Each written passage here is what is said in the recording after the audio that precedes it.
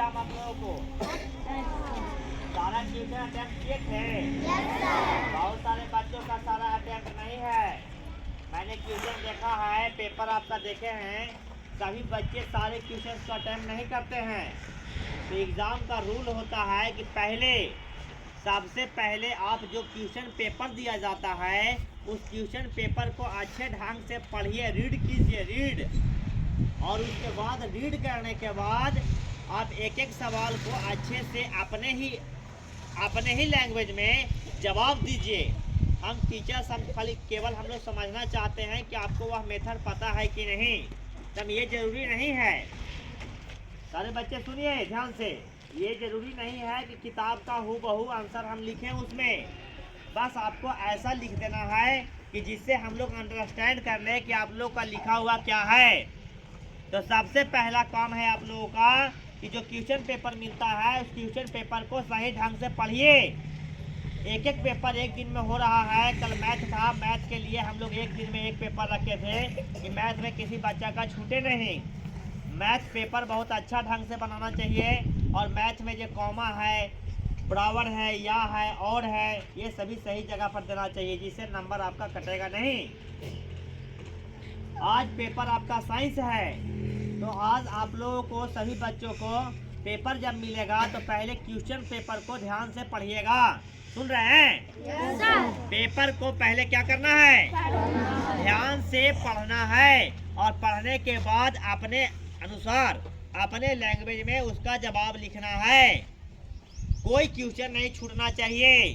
अगर एक 5 नंबर का क्वेश्चन आपको छूट जाता है तो अगर हम लोग मूल्यांकन करेंगे तो 100 में 5 तो आपका छूटा हुआ है। तो जब भी हम नंबर देंगे, हाईएस्ट नंबर भी देना का मन होगा, तो हम कितना नंबर देंगे? 95, है ना? तो 100 में 100 हुआ आपका? कैसे होगा 100 में 100 हुआ? बोलिए पीछे लड़कियाँ, 100 में 100 हुआ?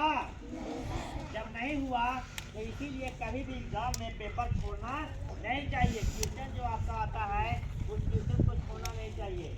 अगर एक पेपर एक क्वेश्चन से छूट जाता है, अभी टेस्ट का एग्जाम चल रहा था, एक क्वेश्चन भी छोड़ देते हैं आप, तो हमको वहाँ नंबर भी नहीं दे पाएंगे।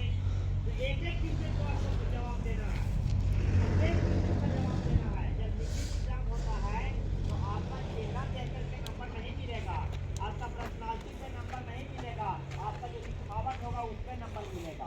यह लिखित एग्जाम है।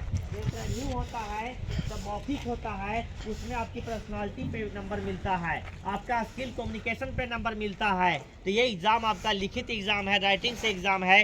तो राइटिंग जितना बढ़िया रहेगा और जितना बढ़िया तरीके से आप क्वेश्चन का जवाब दीजिएगा उतना बढ़िया मार्क्स आपका आएगा। प्रत्येक बच्चों से मैं अनुरोध कर रहा हूँ कि आप सभी बच्चे और बच्चियाँ अच्छे से सवाल को पढ़िएगा और उसके बाद उसका जवाब दीजिएगा, क्योंकि यह फाइनल एग्जाम है। फाइनल एग्जाम में अगर आपका परसेंटेज डाउन करेगा तो आपका परसेंटेज डाउन हो जाएगा, हम लोग उसमें कुछ भी नहीं कर सकते हैं। हम लोग एक नंबर भी स्कूल की तरफ से नहीं बढ़ाएंगे, जो आपका कॉपी में लिखा हुआ रहेगा नंबर उसी के अकॉर्डिंग मिलेगा।